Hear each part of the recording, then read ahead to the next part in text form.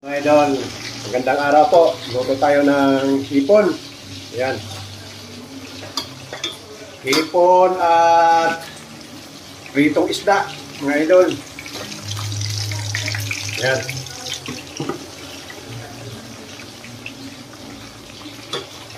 Ngayon ko ng butter. Sabi nga butter. Ayan. Patahaluan din natin ng ano yan. Pwede ring malunggay kung gustong isahog.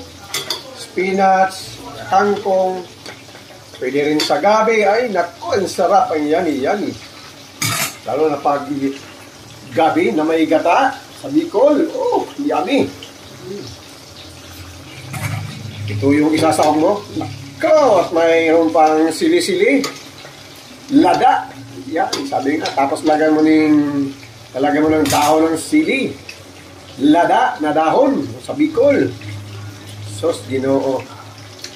Napakasarap at napakayami. Masiramon. Sabi nga ni, masiramon. Yan. Alright, mga idol. Maraming salamat.